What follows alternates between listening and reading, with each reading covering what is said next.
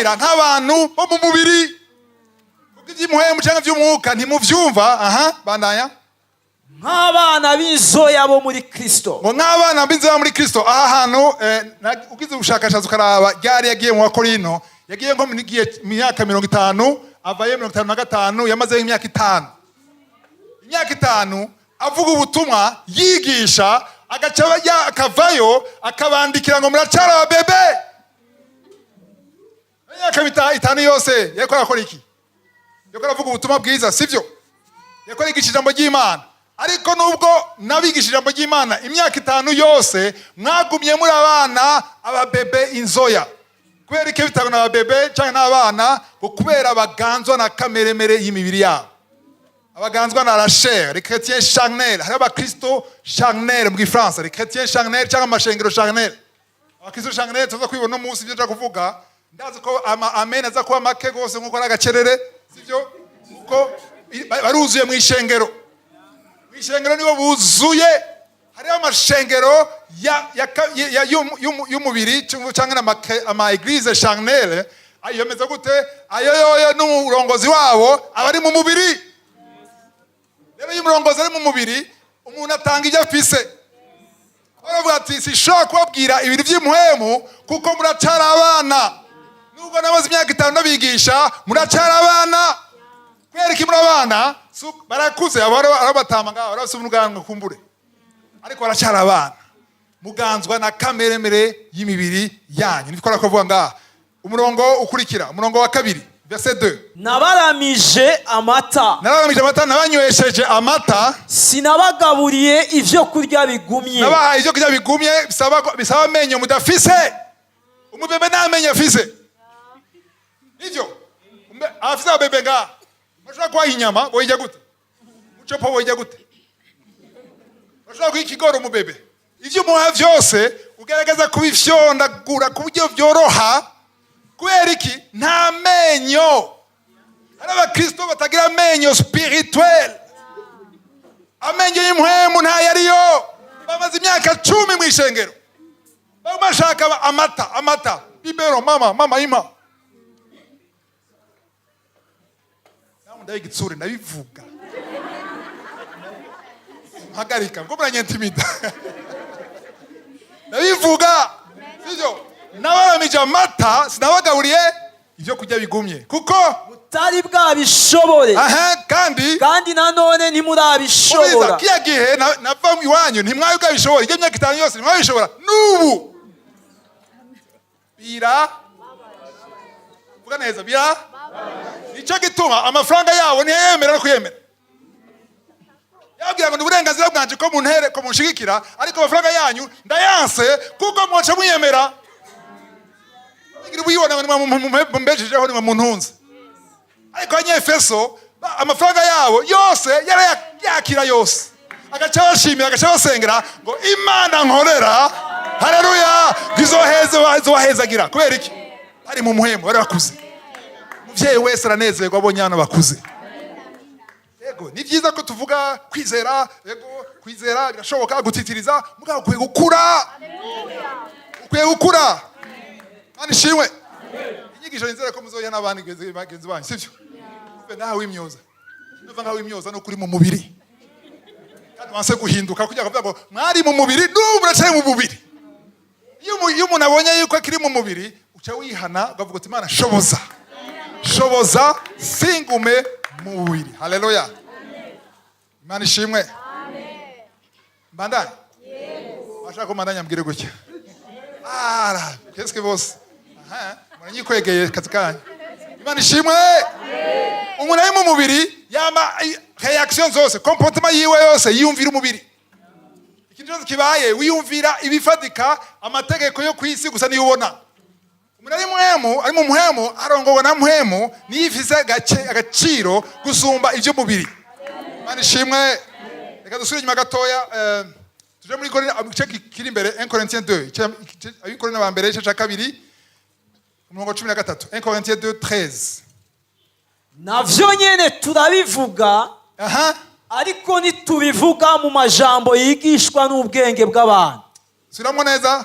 navyo nyene turabivuga, Et nous en parlons non avec des discours qu'enseigne la sagesse humaine. Bandanya. ariko ntitubivuga mu majambo yigishwa n'ubwenge bw'abantu, ariko tubivuga mu yigishwa na mpwemu. Haleluya. Tugereranya ivy'impwemu. Ntitubivuga mu majambo y'abantu cyangwa y'ubwenge, ariko dukoresha imvugo y'impwemu. Tugereranya ivy'impwemu n'ivy'impwemu bindi. Mais employant un langage spirituel pour les choses spirituelles. Dukoresha imvugo y'impwemu ku bintu vy'impwemu.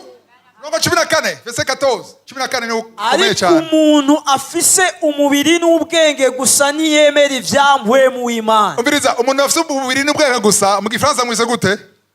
Hariho amajambo abiri bakoresheje. Hari abakoresha l'homme animal, ahandi l'homme naturel. Si biva comme version, sivyo? Haleluya. Umuntu akibise umugambi ngo ni gitutsi. Bakwitse ngo uri homme animal. Animal ba yuko bamugeranye n'igikoko. Niko watwaje muri Louis II, sivyo? Kweka mugeranye n'igikoko. Kubera iki? Kubera abatari babizi mu bimenye, igikoko cyacyo cyose atari umuntu gifise umushaha ame kikagira n'umubiri. Sivyo? Umuntu afise umushaha n'umubiri n'impwemu. Cyangwa umwuka. Haleluya. Nuko yuko impwemu canke umwuka, l'esprit iri muri wewe ni gutandukanya n'igikoko. Esprit canke impwemu canke umwuka ni irimo cyo kwita discernement de Dieu. Haleluya. Nimba waje ngaha ushaka gusenga nuko wizera ko mwijuru hari Imana. Nambwa mbona ngaha. Nakayabu mbona ngaha. Nanka mbona ngaha. Shakusoke nuzobona akayabu kaho karunama gasubira karaba hejuru gasenga. Warakabonye. Warabonye imbwa isenga. Wayibonye. Kubera iki? Nta discernement ifise, nta connection ifise, nta mpwemu. Kuko igihe harema ibikoko, abantu Imana yabaremye ibemye ibikoko bikuye mu iki? Mukungugu canke igitaka, sivyo? N'abantu nyene Adamu yamukuye ngaho nyene ariko arakabijya. Yacimuhumekeramo. Hari impwemu yamushizemo. Imutandukanya n'ibikoko. Igikoko kirashavura. Igikoko kirafuha. Kirashavura, kirakunda, kirubaha, kiraryoherwa, ariko nikigira iki? Nigisenga. Nikizera. Impwemu ntikibona namba. Rero l'homme animal sinabivuze. Niko byanditse muri Louis II.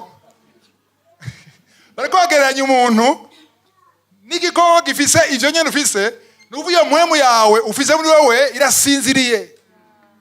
Ariko umuntu mpwemu yaraza muri iyo mpwemu. Ugacirongorwa n'iyo mpwemu. Ugacironga icyo bita renouvellement de l'intelligence. Ukagira ivyiyumviro bishasha. Haleluya. Ukagira discernement cyangwa guhishurirwa, gutahura iciza n'ikibi no kumenya ubugombe bw'Imana. Haleluya.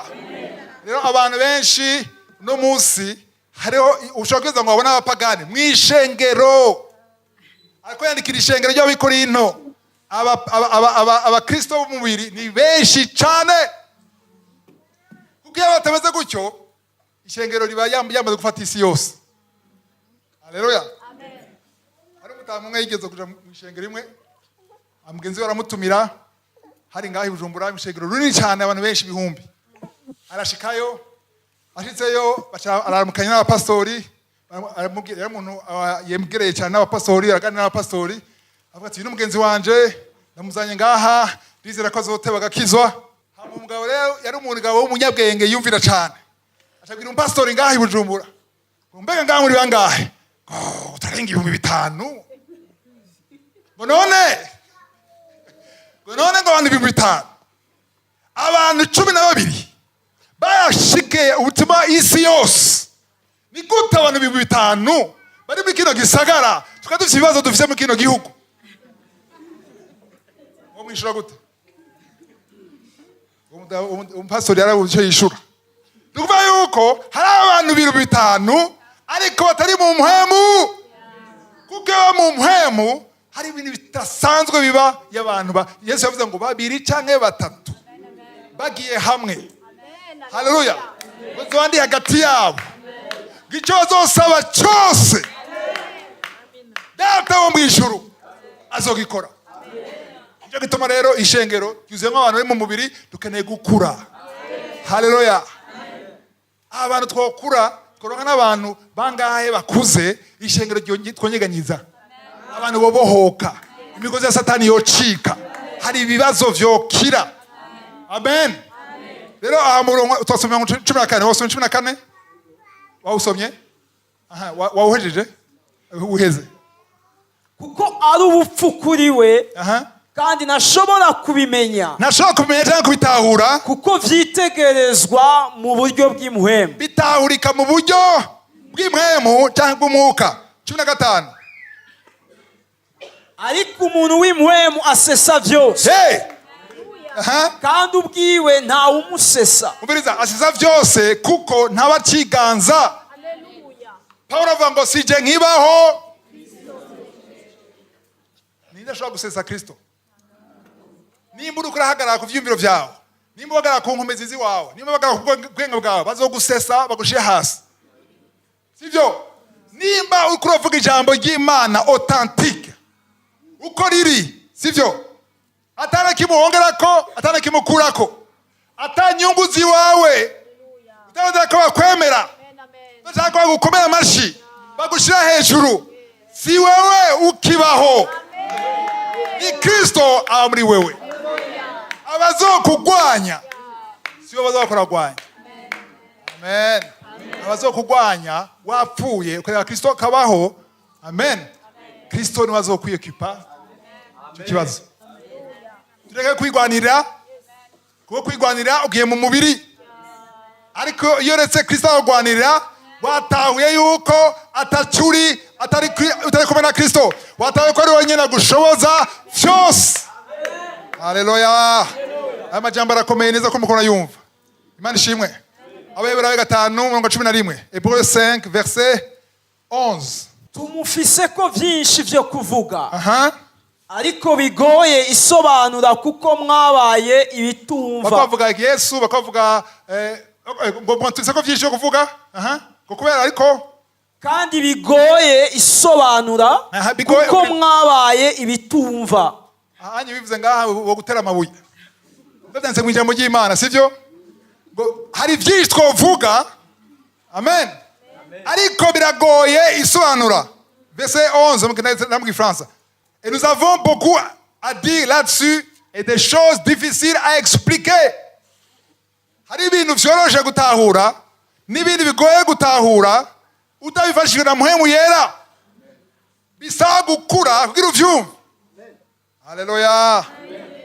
Hanyuma ngo parce que vous êtes devenus lents à comprendre. Abantu bari mu mubiri barateba gutahura. Kweki bateba gutahura kuko bafise aravance ivyo bashaka kuvuga. Iyo uvuze ibintu badashaka ko ushaka kuvuga birabagora gutahura. Akivuze ivyo bateguye baracakira. Sivyo? 12 verset 12. Naho mwari mugeze kuba abigisha. Mwari mugeze kuba abigisha. Uko mumaze igihe kirekire mwiga. Ahanye ugiye kugira ubushakashatsi kuri internet uzosanga bari bamaze benshi nk'abo bamaze imyaka 30. Hafi 30. Amen. Imyaka hafi 30 abandi birenga biga ijambo ry'Imana. Kandi baza mu ishengero. Badasiba. Amen. Bandanya. Mukwiye kongera kwigishwa namwe nyene ivya mbere vy'itanguriro ry'ivyavuzwe n'Imana. ABCD. Gutangura muri gardienne. Ugiye gutangura muri maternelle, muri crèche, bahindura amakushi. Ujye gwimwemu. Ani abandi bagoye, ishengero ry'abantu mubiri ragoye cyane. Kuba zirimo amatiku, ingorane biragoye kujera. Mukene kwaza kubigisha ko Yesu ari umwami n'umukiza. Ko yapfuye ku musaraba. Ko Satani yaneshejwe. Ivyo rero mwamwe kubirengera. Kubirengera mukaja mu bindi vy'impwemu biri hejuru. ariko muracakeneye bya bintu vya mbere bigisha abantu bagikizwa, basigure cyo mpwemu yera, ibyo ari byo byose vya mbere bababwira. Ariko bazi imyaka 30 kubera iki? Suko mutuma ubutumwa murabwumva. Amen. Hari abantu bari imyaka 5, 10 mu ishengero, ariko wumvise ibintu ko aravuga, wumvise ibintu bize kandi ariho hari. Suko ari hanze, suko ari yasivye, niho yari yicaye mu ishengero, ariko acavuga bya bintu by'abantu bagikiza batazi ikintu na kimwe. Amen. Hanyuma wahejeje heza turabe uwo murongo. Kandi mwahindutse abakwiye gutungwa n'amata. Umviriza, mwahindutse abakwiye gutungwa n'amata. Ni bande bakwiye gutungwa n'amata? Ababebe. Kugutapana abana. Hari abana bagiye musigati. Ababebe ne bakutungwa n'amata. Uva mu imyaka myinshi bukijijwe, ariko bashaka gutungwa n'amata. Bandanya. Sukugaburirwa ivyo kurya bigumye. Nimushaka ivyo kurya bigumye. Kwera iki? Kwera iki mudashaka ivyo kurya bigumye? Baragira me, Imana guhezagire. Hari ivyo kurya mudashobora gutahura. Yesu akarababwira ati utariye kuri jewe umubiri wanje, akanywa amaraso yanje muri Jean 6, sivyo? Batamukongorerana ngo icyo jambo rirakomeye ninde yumviriza. Umwe nta numwe yasezera uwundi. Umwe wese akapita ikorosi. Nta numwe abwira ngo sazosubira buke yaba ari no munsi ari amatelefone na fenta ngiye kwitaba telefone. Kucugenda. Baragenda bose hasigara abigishwa les 12. Igihe cyose bagenda, umviriza, igihe cyose baguma bakati korosi bagenda bakwepa, Yesu yarabibona akikahusha. No munsi ugiye aba basore barakwiruka inyuma, garuka. Yesu atakurikira. Yashaka ko bakizwa. Yarabishaka. Ariko Yesu ndashaka kuguhata. Ashaka ko impwemu yawe ihishurirwa. Uronka revelation. Uhishurirwa. Uze ubishaka. Niba umuntu kozara kuri Yesu akanka akamakwega ibirenge, hakumuforsa ja kumavi. Genda umusengere.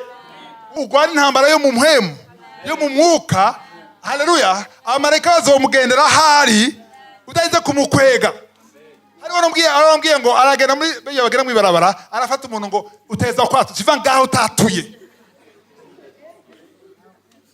Niba gucya zo kwatura hamace ibandanza byarimo.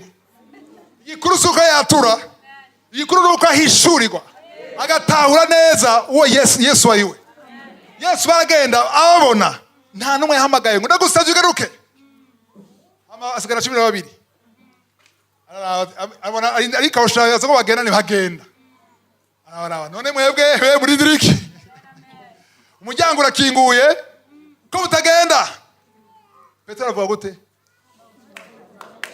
Haleluya. Imbere yuko avuga gutyo, Yesu yabwiye ngo amajambo ko nabwira les paroles que je vous dis sont esprit et vie. Nizimwe mucamuka kandi z'ubuzima. Mushaka kwitahura mu mubiri. Petero acaraje imbere comme toujours. Babizi ko Petero yuko yamagira. Acaje imbere. Umviriza.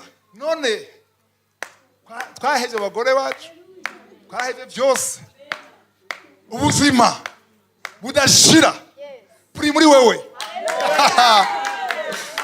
Tugiye kuroba tuzopfa. Kandi ushaka guhona. Na handi twoja. Tugiye kubaza tuzopfa. Tugiye kubaka amazu tuzopfa. Ariko muri wewe hari ubuzima budashira.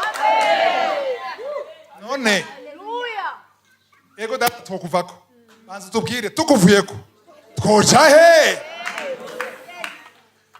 Haleluya. Petero avuga amajambo Yesu akamuraba ati ayo majambo uvuze si nyama n'amaraso biguhishuri. Si umubiri guhishuri Yesu, ubwenge buguhishuriye, si amashuri nayo yari yifite mu rundi mugabo si amashuri cyangwa ikindi kintu. Ariko ni data wo mu ijuru aguhishuriye. Haleluya. Ndasenga kugira muhishurirwe. abantu bazohishurirwa naho hazoza imiyaga, naho hazoza ibihuhusi, ntashobora kuja inyuma, arashobora gucika intege, arashobora kugabanyukirwa, ariko ntashobora kuva kuri Yesu kuko arazi yuko amuvuyeko naho afise aja. Naho afise aja. Niba muhafise muhambarire. Hari abafise ngaha? Muracarondera? Ntimuze kurondera kuko naho hariho ubuzima budashira buri muri Yesu gusa. Imana ishimwe. Iyo ni muhemu yaraguhishurira. Mbiriza abantu bavuga ngo shango yaraguye, yayivuyemwo, gusenga nagisenga, yasuye mu busambanyi, yasuye mu rumogi, yasuye muri vyose, yasuye gusenga ibigirwamana, ntiyari bwahishurirwe. Sivyo? Uwahishuriwe sivuze ko atagwa, aragwa, ariko aravyuka. Aragwa kuko arabizi yuko naho nguye ahantu ndi sija kuhaguma. Niko Petero avuga ngo ni nk'imbwa, imbwa yagize gute? Hambika shuri kajya biya bintu. Sivyo? Niko sija kwivuga ngaha. Ariko niko birivuga. Imbwa iragira ibintu, bisohotse, muravuga n'imbwa yabigize, kigira iki? Ikisura kure kwirigata. Navyo navuze mwabyumvise. Kaje ni Petero yivuze jeyo. Petero niko yavuze. Ngo umuntu asubira mu vyaha, agasubira kunezererwa ivyaha, ubuzima hariya ngomeze nk'imbwa yagize igasubira ngo mwavyumvise, murakuze. Haleluya. Rero wamaze kumenya neza agakiza, ukamenya ko Yesu inyuma yiwe nta buzima buhari. Nta kuntu wovuga ngo namuhevye, ngo yandesevye ndamuhevye. Haleluya. Umunsi mama acikana, naramuhevye amasego munota umwe. Ndavuga pubere ndafata Bible ndabivuyamo, sinashyize ku muryango ndagarutse. Ko namuhevye ndavuga nti ahantu ndoye ndagarutse. Ndababaye mbwa ndagarutse. Ndababaye ariko ndagarutse. Kubera iki? No kuvako nkaja he. Bibiha, biryoha, birura, numuveko. Abantu bava kuri Yesu baracara abana. Yesu ushobora kumuvako. Uzositara, uzovyuka. Urashobora kugira intege nke ariko ntuzogume hasi. Haleluya. Kuko warahishuri, waramenye. Kirasa baramenya. Nimba utaramenya aho ni ikindi kibazo. Ariko uramaze kumenya ntushobora kureka. Mu 14 wawusomye? 13? Wawusomye 13? Okay, soma 13. Nukutunzwe n'amata abataramenya ijambo ry'ukugororoka. Utunzwe n'amata aba ataramenya ijambo ry'ukugororoka, kuko aba ari uruhinja. None amata maziki? Ubiza nk'umuntu akinya akiri ku mata ntaramenya ijambo ry'ukugororoka. Mu Gifaransa bavuze gute? Verset 13. Quiconque en est tolé n'a pas l'expérience de la parole de justice. Kintu kugororoka, justice cyangwa sanctification ntabwo arabimenya. Kubera iki? Ari umwana umubebe cyangwa mutoya cyavura akambakamba namenye ikibi n'icyiza. Uretse ibintu ngaho arabikwega byose akabimenagura. Ntazi agaciro k'ibintu, arabimena ko nta gaciro azi kavyo. None aya mata amaziki nimba atazi ibyo bintu. Amaziki. Amen. Amata ariko araguha inguvu zo gukura. Amata gushoboza gukura. Uriko uramenya ibintu vya mbere rufatiro ko mu jambo ry'Imana, sivyo? Bandanya twumve rero 15 14. Ariko ivyo kurya bigumye ivy'abakuze bafise ubwenge, maze kubwo kwama babukoresha bumogorera gutandukanya ikibi n'iciza. Pour ceux dont le jugement, abakuze, la nourriture solide est pour les hommes faits. Abakuze, les hommes, les femmes muri gumwe. Tubwira abagabo gusa, nabona isigura irikete ryako yenkira abari soma mwishengero baragabo mugabo biraba n'abagore bafise muhemu yera bose, abantu bose bakijijwe birabaraba, sivyo? Hanyuma ngo pour ceux dont le jugement est exercé par l'usage à discerner ce qui est bien et ce qui est mal. Inyama cyangwa indya zigumye, aramabiri bakoresha inyama, sivyo? Badavuga ngo indya zigumye bavuga ngo inyama. cyangwa izigumye bituma ubwa mbere amata mutahure neza ariko arandika nabibonye ko arandika amata aguha ubumenyi byandike amen la connaissance amata nico aguca gufasha indya zigumye zigutuma ushira mu ngiro ivyo wize avyumvise haleluya kurya indya zigumye nukuba yuko ivyo wize ushaka zigutuma ushobora kubishira mu ngiro akarero abafutubarere ngaha murabizi muramura imipira yo hanze usanga ama equipe ateye imbere usanga aba joueur entraîneur arabanza kenshi abigisha bakaja muri salle yugaye impome zine sivyo akazana tableau ngaha agacapa terrain ya football akakwereka ngene muzogwanya bariya na bariya aba defenseur abataka sivyo mukabicapa akabumvisha ngene muzobikora kandi ukabona yuko kabisa bariko barabifata gutya nyene bakavyumva neza hama agacababwira ati iyo byose mwize rero harakeneye kuja kuri terrain haleluya kuri terrain turabe kuvyo wize wabishize mu ngiro aya majambo yose tubigisha ngaha yo kwihangana kutidodomba uzobishira mu ngiro ni waca mu bihe byo kwidodomba aho rero nzobona yuko wanyoye amata canke wari inyama haleluya David akanguka amaze kuyumva imyaka ingaha 6 canke irenga wamuyumva kirazira kwidodomba dushime muri vyose dusenge imisi yose n'umwana wawe arabizi no munzu yawe bose barabizi haleluya aga facture kaza gusa mana jana kukiziki waranyoye amata ako nta nyamurajya kubera iki nta menyo ufise bacari umwana indya zigumye zituma ushira mu ngiro ivyo wize haleluya abantu bamaze imyaka myinshi mw'ishengero bama kuri YouTube bumviza abakozi b'Imana bose ariko nibahinduka nibakura bagwa mu matiku mu gushwana mu nduru mu ishari nuba yuko barafise amata menshi ariko nange zikomye bafise amen nushaka kuva unywa amata gusa ukanywa amata yawe ubuzima bwawe bwose uri umupapa amata gusa nta kintu urya ni deséquilibré nuba yuko urafise connaissance warize urabizi uri mw'ishengero urafungura seminaire zose nihuri ariko hagaze mu ngiro ushobora n'abapagani rimwe na rimwe